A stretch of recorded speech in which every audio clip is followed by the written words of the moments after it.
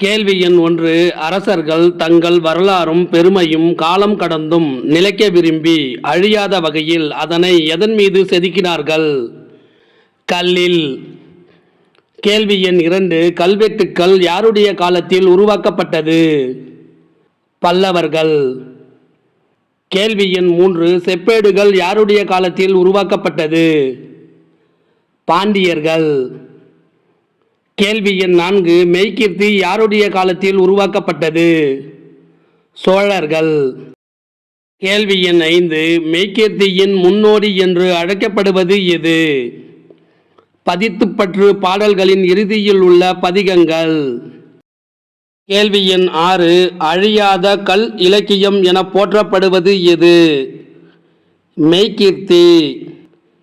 கேள்வி எண் 7. யாருடைய காலம் தொட்டு மெய்கீர்த்தி கல்லில் வடிக்கப்பட்டது? முதலாம் ராசராசன். கேள்வி எண் 8. ஒரு மன்னரின் ஆட்சி சிறப்பு, நாட்டு வளம் ஆகியவற்றை ஒரு சேர உணர்த்துவது எது? மெய்கீர்த்தி. கேள்வி எண் 9. கல்வெட்டின் முதல் பகுதியில் மன்னரை பற்றி புகழ்ந்து இலக்கிய நயம்பட எழுதப்படும் வரிகள் எவ்வாறு அழைக்கப்படுகிறது? மெய்கீர்த்தி என்று அழைக்கப்படுகிறது. கேள்வி எண் 10. புலவர்களால் எழுதப்பட்டு கல் தச்சர்களால் கல்லில் பொறிக்கப்பட்டவை எவை? மெய்கீர்த்தி. கேள்வி எண் 11. ராசராசன் கால தமிழ் கல்வெட்டு எங்கு உள்ளது? தஞ்சை பெரிய கோவிலில் உள்ளது. கேள்வி எண் 12. ராசராசன் காலத்து தமிழ் கல்வெட்டு எந்த காலத்தைச் சேர்ந்தது? கிபி 11ஆம் நூற்றாண்டு. கேள்வி எண் 13. கோப்பர கேசரி என்று பட்டம் பெற்றவர் யார்? 2ஆம் ராசராச சோழன். கேள்வி எண் 14. திரிபுவன சக்கரவர்த்தி என்று பட்டம் பெற்றவர் யார்? 2ஆம் ராசராச சோழன். கேள்வி எண் 15. 2ஆம் ராசராச சோழனின் மெய்கீர்த்திகள் எத்தனை உள்ளது? 2 உள்ளது. கேள்வி எண் 16. 2ஆம் ராசராசனின் மெய்கீர்த்திகளில் ஒன்று எத்தனை வரிகளை கொண்டது? 91 வரிகள். கேள்வி எண் 17. இந்திரன் முதல் தீசாபாலர் என்மாரும் ஒரு வடிவாகி வந்தபடியென நின்று மனுவானை தனி நாடாத்திய என்ற மெய்கீர்த்தி வரிகள் யாரை பற்றி கூறுகிறது? 2ஆம் ராசராச சோழன். கேள்வி எண் 18. தீசாபாலர் மொத்தம் எத்தனை பேர்? 8 பேர். கேள்வி எண் 19. 8 திசைபாலர்களின் பெயர்கள் என்ன? இந்திரன், அக்னி, யமன், நிருதி, வருணன், வாயு, குபேரன், ஈசானன். கேள்வி எண் 20. இந்திரன் முதலான திசைபாலர் 8 பேரும் ஓர் உருவம் பெற்றது போல் ஆட்சி செய்தவன் யார்? 2ஆம் ராசராசன். கேள்வி எண் 21. படி ஏனையே பிணிப்புண்பன என்ற அடியில் உள்ள பிணிப்பு என்பதன் பொருள் யாது? கட்டுதல். கேள்வி எண் 22. வடிமணி சிலம்பே பெயராற்றுவன என்பதன் பொருள் யாது? சிலம்புகள் மட்டுமே புலம்புகின்றன, மக்கள் புலம்புவதில்லை. கேள்வி எண் 23. செல் ஓடையே கலக்குண்பன என்பதன் பொருள் யாது? ஓடைகள் மட்டுமே கலக்கம் அடைகின்றன, மக்கள் கலக்கம் அடைவதில்லை. கேள்வி எண் 24. வருப்புணலே சிறைப்படுவன என்ற அடியில் உள்ள வருப்புணல் எனும் சொல்லுக்கு இலக்கண குறிப்பு தருக. வினைத்தொகை. கேள்வி எண் 25. மாவே வடுபடுவன என்ற அடியில் உள்ள மா என்பதன் பொருள் யாது? மாங்காய். கேள்வி எண் 26.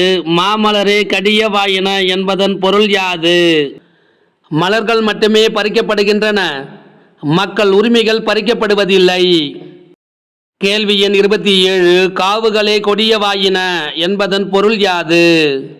காடுகள் மட்டுமே கொடி உடையவனவாக உள்ளன, மக்கள் கொடியவராய் இல்லை. கேள்வி எண் 28. காவு என்ற சொல்லின் பொருள் யாது? காடு. கேள்வி எண் 29. கல் உண்பன வண்டுகளே என்பதன் பொருள் யாது? வண்டுகள் மட்டுமே தேன் உண்ணுகின்றன, மக்கள் கல் உண்பதில்லை. கேள்வி எண் 30. பொய்யுடையன வரவேயே என்பதன் பொருள் யாது? மலை மூங்கில் மட்டுமே உள்ளீடு இன்றி வெறுமையாய் இருக்கின்றது.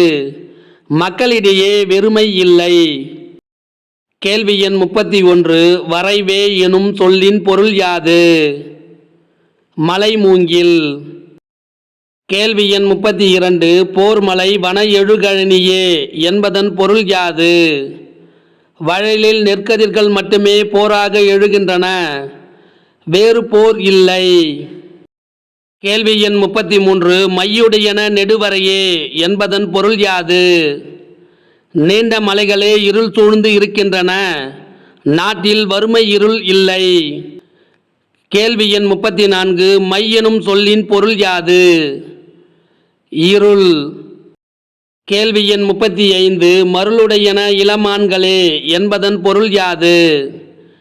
இளமான்களின் கண்களே மருள்கின்றன, மக்கள் கண்களில் மருட்சி இல்லை. கேள்வி எண் 36. காயல் குளமே பிராய்ந்து ஒழுகும் என்பதன் பொருள் யாது? குளத்து மீன்களே பிராய்ந்து செல்கின்றன, மக்கள் நிலை பிறழ்வதில்லை. கேள்வி எண் 41. இசைப்பாணரே கூடம் செய்வார் என்பதன் பொருள் யாது? இசைப்பாணரே தெருவில் கூடி ஆடிப்பாடுவர், தேவையற்று வேறு யாரும் அவ்வாறு செய்வதில்லை. கேள்வி எண் 42. நின்று காவல் நெறி பூண்டு நெறி அல்லது நினையாது ஆட்சி புரிபவர் யார்? 2ஆம் ராசராச சோழன். கேள்வி எண் 43. தந்தை இல்லோர் தந்தையாகியும் தாயார் இல்லோர் தாயாராகியும் மைந்தர் இல்லொரு மைந்தராகியும் மண்ணுயிர்கட்கு உயிராகியும் இருப்பவர் யார்? 2ஆம் ராசராச சோழன். கேள்வி எண் 44. விழி பெற்ற பயன் என்னவும் மெய் பெற்ற அருள் என்னவும் மொழி பெற்ற பொருள் என்னவும் முகம் பெற்ற பணுவல் என்னவும் எத்துரைக்கும் இறைவன் என்னவும் என்று இருப்பவர் யார்? 2ஆம் ராசராச சோழன். கேள்வி எண் 45. பணுவல் எனும் சொல்லின் பொருள் யாது? நூல். கேள்வி எண் 46. தன் நாட்டு மக்களுக்கு தந்தையும் தாயும் மகனுமாக இருந்த அரசன் என்னும் மெய்கீர்த்தி தொடர் உணர்த்தும் பொருள் யாது? நெறியோடு நின்று காவல் காப்பவர்.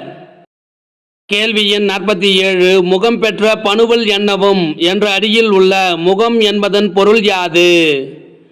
முன்னுரை. கேள்வி எண் 48. எழுகழனி எனும் சொல்லுக்கு இலக்கண குறிப்பு தருக. வினைத்தொகை. கேள்வி எண் 49. இளமான் நெடுவரை என்ற சொற்களுக்கு இலக்கண குறிப்பு தருக. பண்புத்தொகை. கேள்வி எண் 50. மாமலர் எனும் சொல்லுக்கு இலக்கண குறிப்பு தருக. உரிச்சொல். கேள்வி எண் 51. வரை என்பதன் பொருள் யாது? மலை. கேள்வி எண் 52. கல் என்பதன் பொருள் யாது? தேன். கேள்வி எண் 53. படி ஏனையே பிணிப்புண்பன என்பதன் பொருள் யாது? ஏனைகள் மட்டுமே பிணிக்கப்படுவன, மக்கள் பிணிக்கப்படுவது இல்லை. கேள்வி எண் 54. வரும்புணலே சிறைப்படுவன என்பதன் பொருள் யாது? புனல் மட்டுமே அடைக்கப்படுகின்றது, மக்கள் அடைக்கப்படுவது இல்லை. கேள்வி எண் 55. மாவே வடுப்படுவன என்பதன் பொருள் யாது?